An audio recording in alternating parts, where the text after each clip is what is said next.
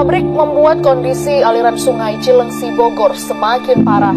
Selain hitam dan berbau, ribuan ikan ditemukan mati di sungai Cilengsi.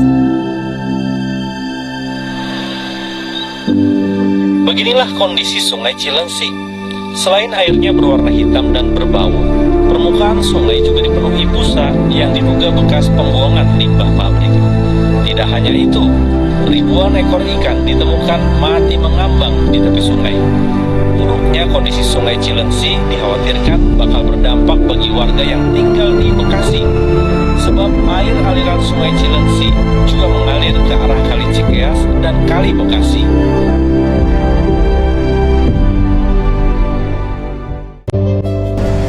Berita tersebut merupakan salah satu materi yang terdapat di materi kimia lingkungan.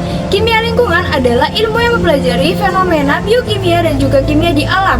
Bidang ini mempelajari sumber reaksi dan juga nasib zat kimia di udara, air, dan juga tanah, serta efek aktivitas manusia terhadapnya. Bidang ini mempelajari bagaimana cara kerja lingkungan yang tak terkontaminasi, berapa banyak zat yang terjadi, dan juga berapa persen konsentrasi yang terjadi secara alami. Dengan demikian, kimia lingkungan ini mengembangkan metode dan juga prosedur untuk mengurangi penggunaan bahan kimia dan juga penggunaan yang tidak terkontaminasi.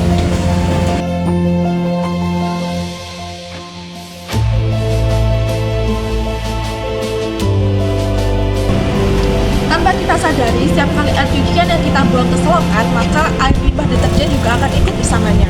Nah, lama-kelamaan, air limbah deterjen ini akan menumpuk di selokan dan menyebabkan lingkungan sekitar tercemar. Saat hujan turun dengan deras, limbah yang ada di selokan akan mengalir ke sungai terdekat dan pada akhirnya sungai juga akan ikut tercemar.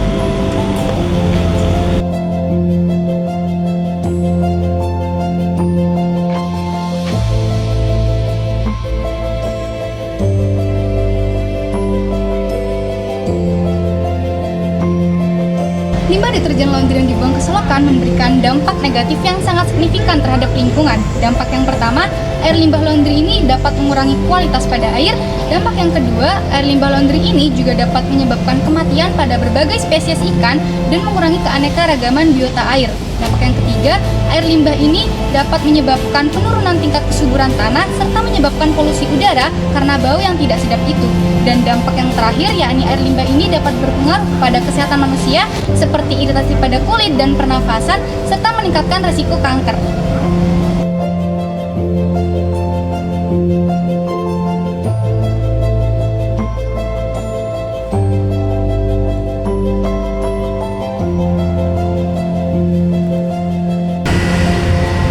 Terdapat beberapa cara untuk menanggulangi limbah kimia lingkungan ini. Yang pertama yaitu menggunakan deterjen yang ramah lingkungan seperti berbahan dasar nabati. Yang kedua yaitu mengedukasi masyarakat tentang dampak negatif dari air limbah. Yang ketiga yaitu mencari tahu cara mendaur ulang air limbah. Yang keempat yaitu rutin mengecek air dalam selokan untuk mengetahui bahan-bahan kimia yang terdapat di dalam selokan tersebut.